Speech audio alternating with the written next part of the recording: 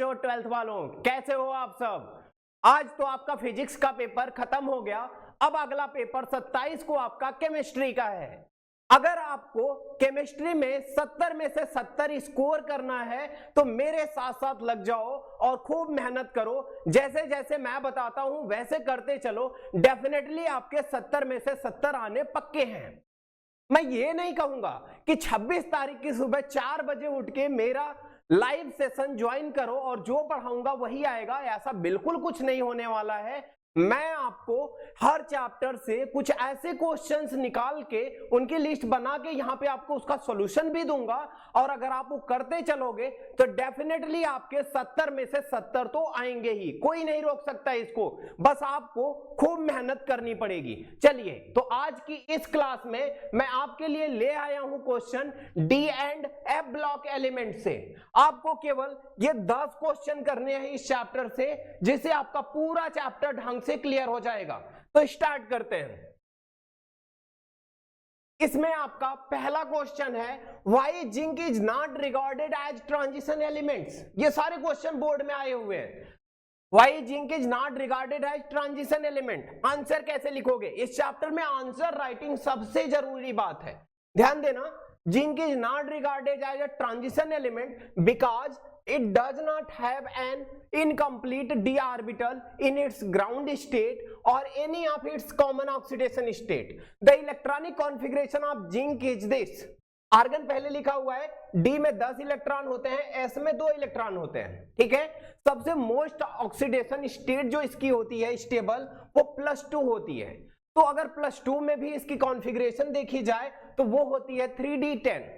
इसका मतलब ये है कि यहाँ पे ये पूरा फुली फिल्ड डी ऑर्बिटल रखता है, और किसी भी एलिमेंट के ट्रांजिशन होने के लिए जो कंडीशन है वो ये है कि element to be considered as a transition metal it must have at least 1 incomplete D orbital in either in ground state और कॉमन ऑक्सीडेशन स्टेट। इतनी बात क्लियर है, ऐसे ही आंसर लिखोगे, ध्यान रखना।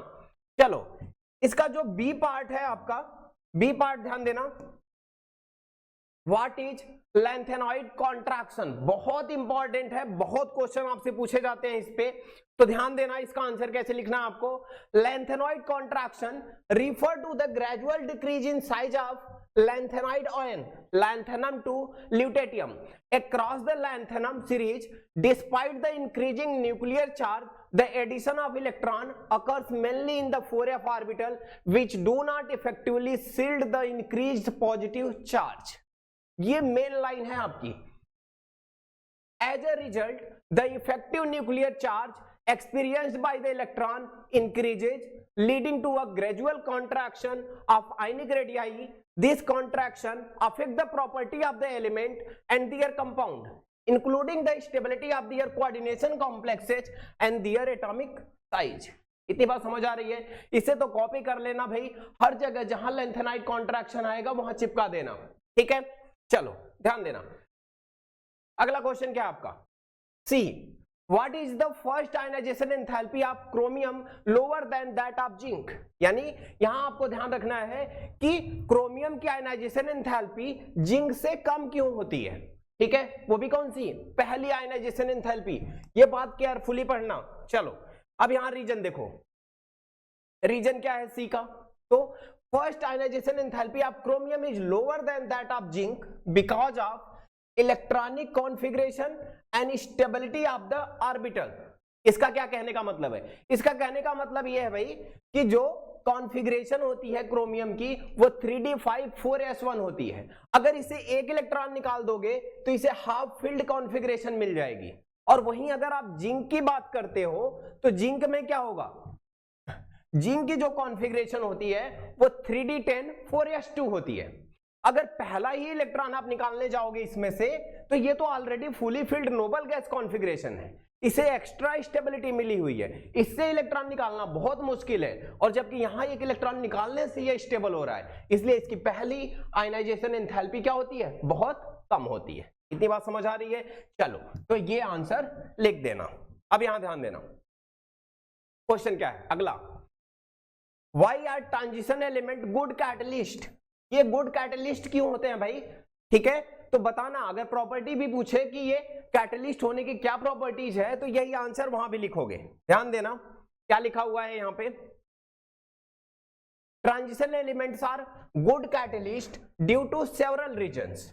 देखो कुछ रीजंस हैं, आपको इनमें से पहला रीजन आपका क्या है, वेरिएबल ऑक्सीडेशन स्टेट, दूसरा क्या है, एबिलिटी टू फॉर्म कॉम्प्लेक्सेज, तीसरा क्या है, partial filling of D orbital, और चौथा है आपका सरफेस एरिया। क्योंकि ये क्या करते हैं, हायर सरफेस एरिया प्रोवाइड करते हैं, जिससे एक्टिव साइट मिलती हैं, जिससे कि आपकी जो भी रिएक्टिंग एजेंट्स वगैरह होते हैं वो इस रिएक्शन में प्रॉपरली क्या हो जाते हैं, कंज्यूम हो जाते हैं। ठीक है, ये रीजन है किसके पीछे, आपका गुड कैटलिस्ट होने के पीछे।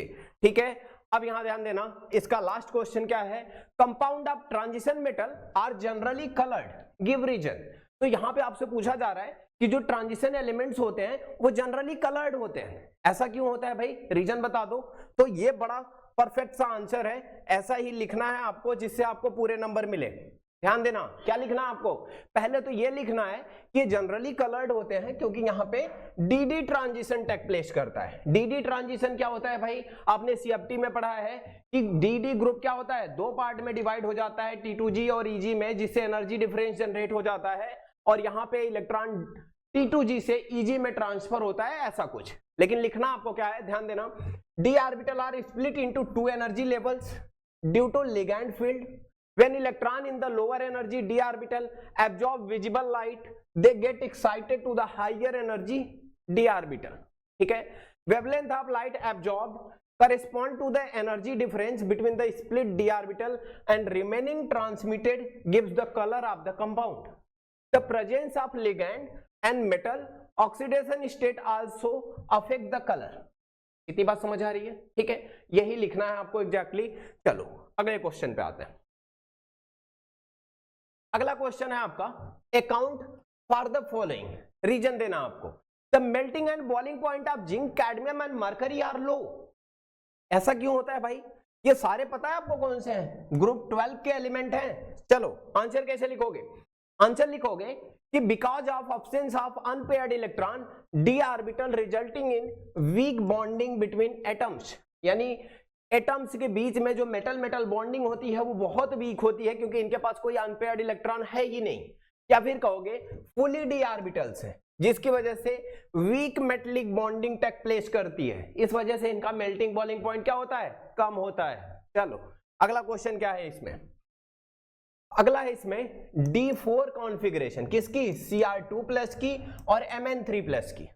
Cr2+ रिड्यूसिंग है, Mn3+ ऑक्सीडाइजिंग है। कैसे भाई, चेक करो, क्या आंसर लिखोगे, आंसर लिखोगे क्रोमियम Cr3+ में बहुत ज्यादा स्टेबल है और जबकि Mn3+ 2+ में ज्यादा स्टेबल है, तो वो 3+ से एक इलेक्ट्रॉन लेके 2+ में आता है, और जब कोई इलेक्ट्रॉन लेके आता है तो ऑब्वियस सी बात है वो क्या हो जाता है, रिड्यूसिंग एजेंट। ठीक है, और जो आपका क्या होता है यहाँ पे 2+ से 3+ में जाएगा वो क्या हो जाएगा आपका, जो 2+ से किस में जाएगा, ध्यान देना उल्टा बता दिया मैंने, यहाँ पे Cr2+ स्ट्रांगली रिड्यूसिंग है, इसका मतलब Cr2+ एक इलेक्ट्रॉन क्या करेगा, एक इलेक्ट्रॉन यहाँ पे लूज करके किस में जाएगा, 3+ में, और अगर लूज करके जाएगा तो ये क्या है आपका, रिड्यूसिंग एजेंट है। और Mn3+ ऑक्सीडाइजिंग है क्योंकि एक इलेक्ट्रॉन लेके Mn2+ में आएगा, और Mn2+ में जब आएगा तो D5 कॉन्फ़िगरेशन मिल जाएगी इसको, और इसको क्या मिल जाएगी, D3 कॉन्फ़िगरेशन।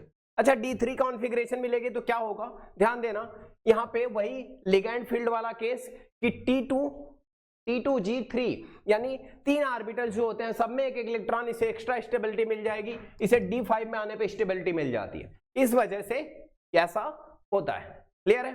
चलो तीसरे क्वेश्चन में आ जाओ। E0 value for copper 2+2, copper is positive.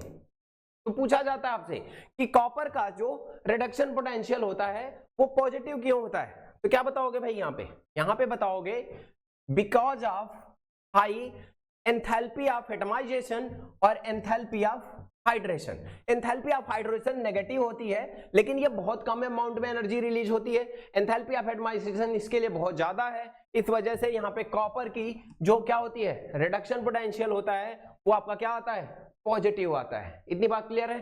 चलो अब यहां ध्यान दो, यहां पे पूछा गया है कि अगर आप इसे हीट करते हो, क्या करोगे, अगर आप KMnO4 को हीट करोगे तो क्या बनेगा, तो KMnO4 को हीट कर लो भाई, देखो क्या बनेगा, ठीक है। चलो क्या बनेगा, आ जाओ यहाँ पे, KMnO4 को अगर हीट करोगे तो ये बनेगा K2MnO4, क्या बनेगा K2MnO4 और MnO2 और O2 बनेगा। इतनी बात क्लियर है। चलो दूसरे वाले में ये रट डालना, Cr2O7 ऑक्सीडाइजिंग एजेंट होता है, I माइनस है, I माइनस को कन्वर्ट कर देगा किसमें, I2 में, ठीक है। एसिडिक मीडियम है तो यहाँ रिएक्शन बैलेंस कर देना, I माइनस को बैलेंस कर देना, 6I माइनस 3I2, ठीक है। तो ये हो गई आपकी बैलेंस्ड इक्वेशन, क्लियर है। चलो अगले क्वेश्चन पे आ जाओ। अगला क्वेश्चन आपका क्या है, out of Cu2Cl2 and CuCl2, यानी यहाँ पे +1 और यहाँ पे +2, which is more stable in aqueous solution and why, कौन एक्वस सोल्यूशन में सबसे ज्यादा स्टेबल होगा और क्यों होगा। चलो देखो क्वेश्चन क्या है, CuCl2 आपका मोर स्टेबल होगा, यानी +2 ऑक्सीडेशन स्टेट आपकी ज्यादा स्टेबल है, किससे, +1 से। ऐसा क्यों, एंथैल्पी ऑफ हाइड्रेशन से, +1 की एंथैल्पी ऑफ हाइड्रेशन बहुत कम है, +2 की बहुत ज्यादा है, इस वजह से ऐसा होता है। इतनी बात क्लियर है। चलो दूसरा क्वेश्चन देखो, right the general electronic configuration of F block elements. अब यहां अगर बात करोगे F ब्लॉक एलिमेंट की जनरल कॉन्फ़िगरेशन, इतना आसान क्वेश्चन तो हर किसी को कर लेना चाहिए भाई, यहां परेशान मत होना, वैसे फिर भी आंसर देख लो, ठीक है। जनरल कॉन्फ़िगरेशन की अगर बात करोगे तो यही होता है, n-2 F1 to 14, n-1 D0 to 1 और NH2, क्लियर हो। चलो बहुत अच्छे, इतनी बातें समझ आ गई। तो अगला क्वेश्चन, एक क्वेश्चन हमने यहाँ पे बताना है, क्या बताना है, एक सेकेंड, ठीक है। यहाँ पे जो मैंने पहले वाले का आंसर बताया ना, वो तो एंथैल्पी ऑफ हाइड्रेशन बता ही देना, और साथ साथ बता देना यहाँ पे क्या होता है, एक्वस सॉल्यूशन में डिस्प्रोपोर्शनेशन में जाता है, Cu+1 कन्वर्ट होता है किसमें, Cu में और Cu2+1 में। डिस्प्रोपोर्शनेशन जानते हो ना क्या होता है, डिस्प्रोपोर्शनेशन में एक ही ऑब्जेक्ट का, एक ही एलिमेंट का ऑक्सीडेशन भी होता है और उसी का रिडक्शन भी होता है। चलो यहां ध्यान देना, यहाँ पे ये जो क्वेश्चन है आपका ये बहुत इंपॉर्टेंट है, predict which of the following will coloured in aqueous solution and why. पता है जैसे ही आपको ऐसी चीजें देता है, साथ में एटॉमिक नंबर देता है, कॉन्फ़िगरेशन तुरंत करना, कॉन्फ़िगरेशन करने के बाद देखना इसमें अनपेयर्ड इलेक्ट्रॉन है या नहीं, अगर अनपेयर्ड इलेक्ट्रॉन हुआ तो ये कलर्ड होगा, अदरवाइज नहीं होगा। तो यहां ध्यान देना, Fe3+ का करोगे तो इसमें अनपेयर्ड इलेक्ट्रॉन मिलेगा, यानी यहाँ डी ट्रांजिशन टेक प्लेस करता है, तो ये कलर्ड होगा। अब यहां ध्यान देना, आपसे क्वेश्चन पूछा गया है कि पोटेशियम डाइक्रोमेट सोडियम क्रोमेट से कैसे बनाओगे, तो इसके लिए इन दोनों में से कोई एक रिएक्शन लिख देना, चाहे ये वाली लिख देना H+ और यहाँ Na2Cr2O7 Na+H2O, या फिर ये वाली लिख देना। इतनी बात क्लियर है। चलो अगले क्वेश्चन पे आ जाओ। अगला क्वेश्चन है आपका यहाँ पे क्या, ठीक है, वैसे तो इसमें से 5 अटेम्प्ट करना, लेकिन हम करेंगे सारा, कौन सा आएगा हमें नहीं पता। तो यहां ध्यान देना, Ce3 is easily oxidized to Ce4, यानी Ce3+ से Ce4+ में कैसे कन्वर्ट होता है भाई, यहाँ पे F ऑर्बिटल में 0 हो जाता है और S में D में 0 हो जाता है, इसका मतलब पूरी तरह से खाली। तो हमें बताना क्या है, एक्स्ट्रा स्टेबिलिटी मिल जाती है इनको, तो यही लिखोगे। लैंथेनाइड एलिमेंट है ये, इसकी इलेक्ट्रॉनिक कॉन्फ़िगरेशन होती है 4f1 5d1 6s2। Presence of single electron in F1 orbital makes Ce3+ stable. However, stability of Ce4 arises due to completely empty 4f orbital. यानी Ce3+ से 4f में जाना चाहेगा ये आराम से, क्योंकि वहां पे सारे इलेक्ट्रॉन इसके खाली हो जाएंगे, एम्प्टी हो जाएंगे, ठीक है। इसको मिल जाएगी इसकी जेनॉन की नोबल गैस कॉन्फ़िगरेशन, जो एक स्ट्रॉन्ग ड्राइविंग फोर्स देता है 4+ में ले जाने के लिए। इतनी बात समझ आई, ऐसे ही आंसर लिख रहा हूं। चलो दूसरा क्वेश्चन देखो, पूछा हुआ है Mn2+ से Mn में जाओगे तो -1.18 वोल्ट है, तो ये कह रहा है यहाँ पे कि why is the value highly negative in comparison to neighbouring D block elements. Manganese का क्रोमियम से या आयरन से या बाकियों से भाई रिडक्शन पोटेंशियल इतना नेगेटिव क्यों है, क्या खास बात है इनमें। तो इनमें जो खास बात है वो ये है, क्या खास बात है भाई, देखो यहाँ पे खास बात ये है इनकी कि ये जो है जब 2+ में जाते हैं कन्वर्ट होके, ठीक है, ये कहां से Mn2+ से Mn में जाते हैं, तो ये जाना चाहते हैं, तेजी से जाना चाहते हैं। क्यों जाना चाहते हैं भाई, ये जैसे ही 2+ में जाएंगे इनको हाफ फील्ड कॉन्फ़िगरेशन मिल जाती है, और हाफ फील्ड कॉन्फ़िगरेशन तो बहुत स्टेबल होती है, तो कौन हाफ फील्ड कॉन्फ़िगरेशन में नहीं जाना चाहेगा। इस वजह से इनका क्या होता है, हाईली नेगेटिव इलेक्ट्रॉन या रिडक्शन पोटेंशियल होता है इन कंपेयर टू बाकियों के केस में आप बात करोगे तो ऑब्वियस सी बात है ये +2 ऑक्सीडेशन स्टेट में इनको कोई भी हाफ फील्ड कॉन्फ़िगरेशन नहीं मिलती। इतनी बात क्लियर है, तो यही आंसर करना है। चलो अब ध्यान देना यहां पे अगर इस क्वेश्चन की बात करूं मैं, ठीक है, सी वाले की, तो which element of 3D series has the lowest enthalpy of atomisation and why. फिर से क्वेश्चन घूम गया है, वही सेम कैसा है, लैंग्वेज बदल गई है, कैसे आंसर करोगे, कौन सा एलिमेंट है, तो भाई यहां पे क्या बताओगे आप, कौन सा एलिमेंट है, चलो आ जाओ, क्या बताओगे, जिंक। क्यों जिंक है भाई, इनके पास कंप्लीटली फिल्ड 3D ऑर्बिटल है, एक भी अनपेयर्ड इलेक्ट्रॉन नहीं है, तो एक यहाँ पे वीक मेटलिक बॉन्डिंग होगी, यानी कोई मेटलिक बॉन्डिंग नहीं होगी, तो ऑब्वियस सी बात है यहाँ पे एटम क्या करेगा, बहुत लूजली पैक होगा, बहुत कम एनर्जी लगेगी आपको क्या करने में, इनको सेपरेट करने में जिंक एटम को, जिसकी वजह से इसकी एंथैल्पी ऑफ एटमाइजेशन क्या होगी, कम होगी। चलो इतनी बात क्लियर है, चलो आगे आ जाओ। अगला क्वेश्चन क्या है आपका, अगला क्वेश्चन है आपका यहाँ पे कि what happens when sodium chromate is acidified. Sodium chromate को अगर एसिडिफाइड करोगे, एसिड मिलाओगे, तो क्या चेंजेज होंगे भाई, तो बहुत बेसिक सी बात है, यहाँ पे जो आपका क्रोमेट आयन है वो डाइक्रोमेट आयन में कन्वर्ट हो जाता है, जहां पे कलर आपका चेंज हो जाएगा येलो से ऑरेंज, यही बात मेंशन करना, ठीक है। चलो अगला क्वेश्चन क्या है, zinc, cadmium, mercury are soft metal. फिर से ऊपर वाली एक बात रिपीट हो गई, मैंने कहा ना आपको हर जगह ये चीजें दिखेंगी, तो आप इन्हें ढंग से रट लेना कि भाई फुली फिल्ड है तो कैसे वीक मेटलिक बॉन्डिंग बनती है। तो जिंक, कैडमियम, मरकरी ग्रुप 12 के हैं एलिमेंट्स, यहाँ पे D10 कॉन्फ़िगरेशन होती है, यहाँ पे अनपेयर्ड इलेक्ट्रॉन नहीं है, इस वजह से यहाँ पे वीक मेटलिक बॉन्ड बनेगा, जिससे कि ये क्या होंगे, बहुत ज्यादा, मतलब रूम टेम्परेचर पे जनरली ये क्या होता है, जैसे मरकरी ये रूम टेम्परेचर पे क्या होता है, लिक्विड फॉर्म में होता है, और रीजन यही है कि लैटिस में इंटरेक्शन बहुत वीक है, ठीक है। चलो आगे आ जाओ, इस क्वेश्चन पे आना, ये क्वेश्चन देखो क्या है, अगला क्वेश्चन है आपका कि why is permanganate titration not carried out in presence of HCl। बहुत इंपॉर्टेंट है भाई कि HCl को क्यों नहीं, वैसे आधे लोगों को आंसर समझ आ गया होगा, आ गया ना, क्या होगा, HCl अगर आप यूज करोगे तो ये एक स्ट्रॉन्ग ऑक्सीडाइजिंग एजेंट है, और अगर स्ट्रॉन्ग ऑक्सीडाइजिंग एजेंट है तो HCl को ये क्या कर देगा, ऑक्सीडाइज कर देगा, किसमें, Cl2 में, और अगर Cl2 में ऑक्सीडाइज कर देगा तो ये यहां से जो आप टाइट्रेशन की रीडिंग निकालोगे, वैल्यू निकालोगे, वो इनएक्यूरेट आएगी, और इनएक्यूरेट आएगी तो इसकी जगह आप क्या यूज करते हो, H2SO4 यूज करते हो, क्योंकि यहाँ पे कोई भी ऑक्सीडेशन नहीं होगा, इनका कोई भी यहाँ पे इनके ऑक्सीडेशन स्टेट चेंज नहीं होनी। इतनी बात समझ आ रही है। चलो अब ध्यान देना, आगे अगर मैं बात करूं यहाँ पे जी में, lower oxide of transition metal are basic whereas highest are amphoteric and acidic.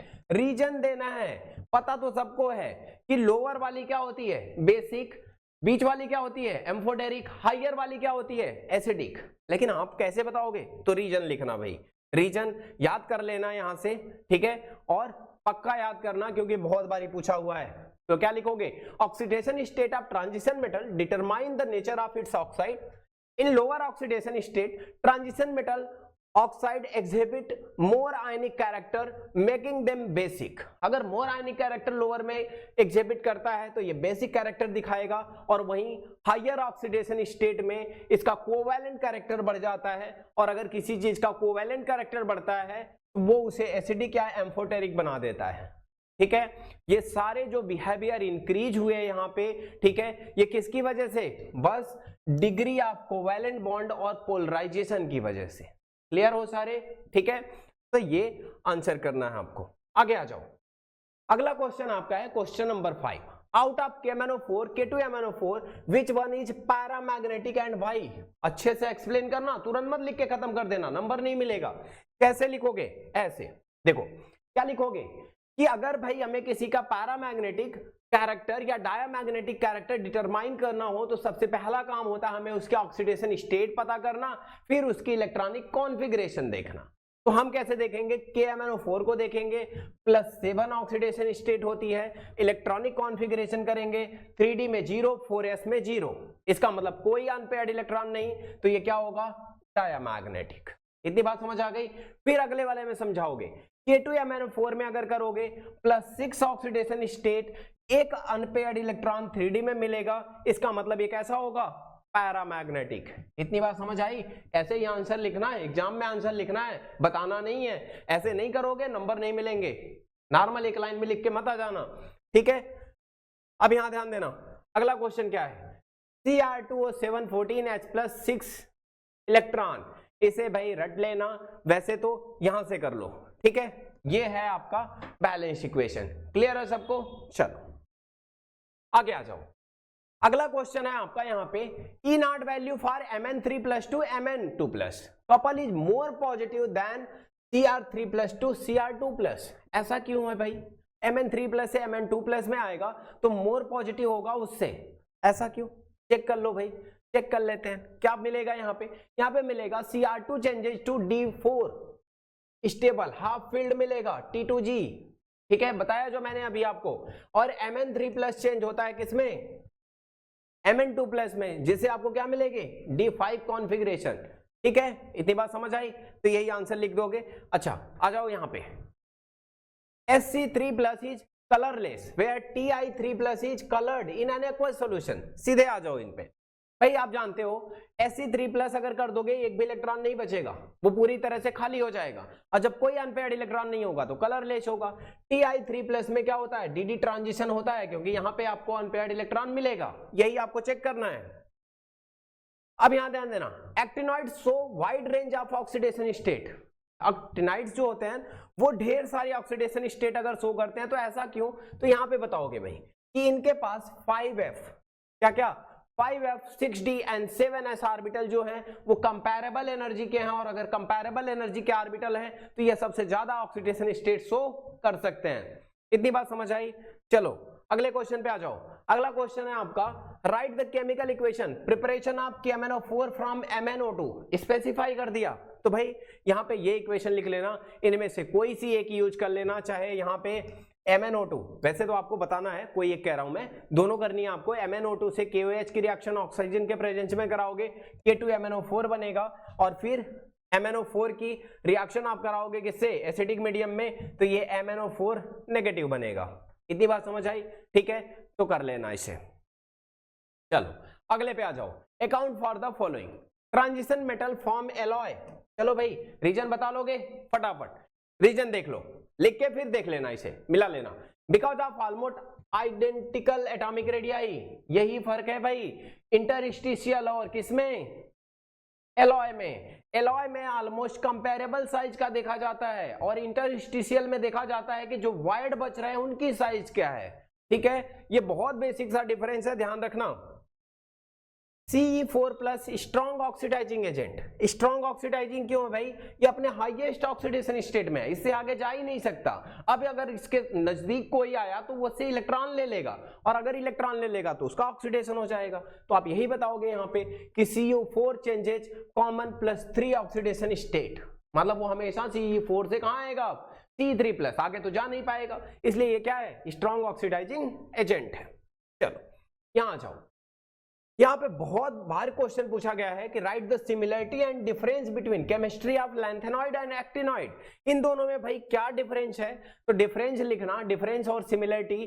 तो सिमिलरिटी तो पहली बात तो ये कि सब क्या करते हैं, यहाँ पे एक्टिनॉइड और लैंथेनॉइड दोनों कॉन्ट्रैक्शन शो करते हैं, दोनों में आपका क्या होता है, एटॉमिक रेडियाई डिक्रीज होता है क्या, और यहाँ पे दोनों ही +3 ऑक्सीडेशन स्टेट शो करते हैं। ये दोनों आंसर रटना भाई, डिफरेंस लिखने को आ जाता है। और डिफरेंस की बात करूं, lanthanoids are mainly non radio active where actinoids are radio active, ठीक है, एक डिफरेंस ये हो गया। चलो अब यहां ध्यान देना, अगला क्वेश्चन आपका, complete the following ionic equation, Cr2O+, Cr2O7 2- और 2OH-, यानी बेसिक मीडियम में आपको इक्वेशन कंप्लीट करनी है। तो ये हो जाएगा, क्या हो जाएगा ये CrO4 यानी क्रोमेट में बदल जाएगा, ठीक है, डाइक्रोमेट आपका। इतनी बात क्लियर है? आगे आ जाते हैं। अगला क्वेश्चन है आपका, ध्यान देना, right the number of unpaired electron in Cr3+। Configuration कर लेना, कर लोगे ना, 24 है, ठीक है, तो कॉन्फ़िगरेशन करोगे तो आप इसके इलेक्ट्रॉन लिख देना, कितने आएगा 3 इलेक्ट्रॉन्स। चलो यहां पे ध्यान देना, complete the reaction mentioning all the product form. अब यहाँ पे क्या है, H2S है, सबको पता होगा, H2S है तो किस में जाएगा, सल्फर में। इक्वेशन कंप्लीट कर देना, क्या कंप्लीट करोगे, 2Cr प्लस 3S 7H2, ठीक है, कंप्लीट कर देना।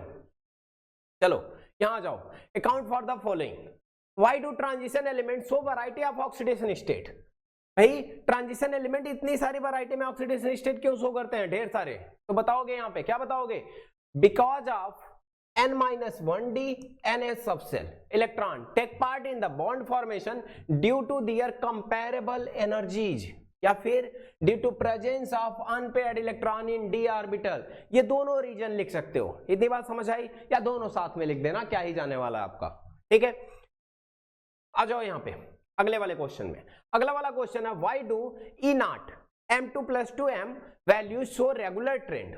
इरेगुलर ट्रेंड, क्या पढ़ मत लेना गलती से, irregular trend from vanadium to zinc, यानी कहने का मतलब यही है कि जो +2 से +m यानी रिडक्शन पोटेंशियल सेकंड ऑक्सीडेशन +2 की इतनी इरेगुलर क्यों चलती है वैनेडियम से जिंक तक, तो क्या बताओगे भाई, कैसे बताई जाती है, यहां पे बताया जाता है किस बेसिस पे भाई, सबसे पहले रिडक्शन पोटेंशियल पे, और रिडक्शन पोटेंशियल पता कैसे चलता है, पता चलता है कैसे भाई, आयनाइजेशन एंथैल्पी से। और अगर आयनाइजेशन एंथैल्पी से अगर पता चलता है तो इसकी पहली और दूसरी आयनाइजेशन एंथैल्पी और सब्लिमेशन एंथैल्पी यानी एटमाइजेशन, इन सब में इतना ज्यादा वेरिएशन है। जैसे एग्जांपल के तौर पे क्रोमियम में 6 अनपेयर्ड इलेक्ट्रॉन है, मैग्नीज में 5 है, ठीक है, तो ये अनपेयर्ड इलेक्ट्रॉन नंबर में और क्या इनके आयनाइजेशन एंथैल्पीज, इन सब में इतना इरेगुलरिटीज है जिसकी वजह से आपका क्या आता है, यहाँ पे इरेगुलरिटीज आती हैं आपकी क्या रिडक्शन पोटेंशियल में भी। चलो थर्ड क्वेश्चन पे आ जाओ, Eu2+ with electronic configuration this is strong reducing agent.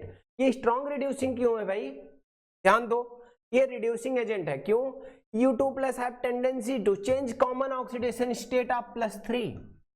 ये क्या होता है, अपने कॉमन ऑक्सीडेशन स्टेट +3 में जाना चाहेगा, इस वजह से ये क्या है आपका, मतलब उसमें जाना चाहेगा तो एक इलेक्ट्रॉन लूज करेगा, जिससे कि इसके हाफ फील्ड कॉन्फ़िगरेशन मिल जाएगी, और अगर ऐसा मिल जाएगा तो इस वजह से ये क्या है, स्टेबल है। क्लियर है? चलो अगले क्वेश्चन पे आ जाओ। अगला क्वेश्चन है आपका यहाँ पे कि the highest oxidation state is exhibited by oxo anion of transition metal. Oxo anion क्या होता है पता है ना आप लोगों को, ऑक्सो एनायन की अगर हम बात करें यहाँ पे तो due to stability of oxygen, oxygen के साथ कंपाउंड जैसे Cr2O7 होता है, MnO4 होता है, ठीक है, यही बात है। तो हाईएस्ट ऑक्सीडेशन स्टेट में किसके साथ जाते हैं, ये ऑक्सीजन के साथ जाते हैं। और ऑक्सीजन के साथ ही क्यों जाते हैं, क्योंकि ये एक तो मोर इलेक्ट्रोनेगेटिव है और दूसरी बात ये मल्टीपल बॉन्ड फॉर्म करता है। इतनी बात क्लियर है? चलो अब यहां ध्यान देना, manganese exhibit the highest oxidation state +7 among the 3D series of the transition element, ठीक है, यानी +7 शो करता है। क्यों करता है तो यहां पे बताओगे भाई कि 3D और 4s है ना, due to participation of all 3D 4s electron in bond formation due to the presence of maximum number of unpaired electron, ठीक है, इसकी वजह से इसकी ऑक्सीडेशन स्टेट कितनी होती है, +7 होती है। ओके चलो आ जाओ अगले क्वेश्चन पे। एनर्जी कम नहीं होनी चाहिए भाई, एनर्जी डाउन करके चलोगे 70 में से 70 नहीं आने वाले, आपको एनर्जी कम नहीं करनी है और पढ़ाई करते रहना है। इस चैप्टर की थियरी भी आपको साथ साथ सही से कर लेना है, सारे कंसेप्ट क्लियर रहेंगे तो ही आप एक परफेक्ट आंसर लिख पाओगे। ध्यान देना यहाँ पे, following ion of 3D transition series are given Ti4 V3+ Cr3+ Mn3+, सबकी कॉन्फ़िगरेशन कर लेना, एटॉमिक नंबर दिया रहता है। अब यहां पे आपसे पूछा जा रहा है most stable in aqueous solution. Most stable in aqueous solution कौन होगा भाई, जिसकी कॉन्फ़िगरेशन स्टेबल होगी। वैसे तो यहां पे क्या है Cr3+, क्यों, क्योंकि इसके पास क्या होगा T2G3 भाई, इनके 3 इलेक्ट्रॉन तीनों आपके कहाँ होंगे, ऐसे यहाँ पे होंगे, ठीक है, इनके बीच में जो गैप जनरेट है, तो ये एक्स्ट्रा स्टेबिलिटी दे देगा इसको, ठीक है। तो एक्वस कंडीशन में तो ये हो गया। अच्छा, दूसरा क्वेश्चन क्या पूछ रहा है, a strong oxidising agent. Strong oxidising कौन होगा, जो आराम से एक इलेक्ट्रॉन लेके अपने स्टेबल जा रहा होगा, तो Mn3+ Mn2+ में जाएगा। क्यों जाएगा, क्योंकि D5 कॉन्फ़िगरेशन मिलेगी, तो ये क्या होगा, स्ट्रॉन्ग ऑक्सीडाइजिंग एजेंट होगा। चलो ये वाला चेक करो, कलरलेस इन एक्वस सॉल्यूशन।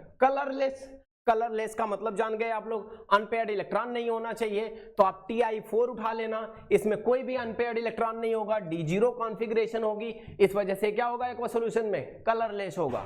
चलो यहां तक क्लियर है। ये सारे बहुत इंपॉर्टेंट क्वेश्चंस हैं, इनको लिख लो और आंसर राइटिंग इनकी प्रैक्टिस कर लो, और मिलते हैं अगली वीडियो में। तब तक के लिए आप करते रहिए। हाँ, एक और बात, मेरी भी मोटिवेशन बनी रहे, इसके लिए वीडियो को अपने दोस्तों में शेयर करो, लाइक करो, सब्सक्राइब कर लो, ठीक है, जिससे मेरी भी मोटिवेशन बनी रहे और मैं आके आपके बाकी चैप्टर्स के भी क्वेश्चन डेली बेसिस पे अपलोड करता रहूं। आप लोग मेहनत करिए, मैं आप लोगों के साथ हूं। चलिए, ऑल द बेस्ट, जय हिंद।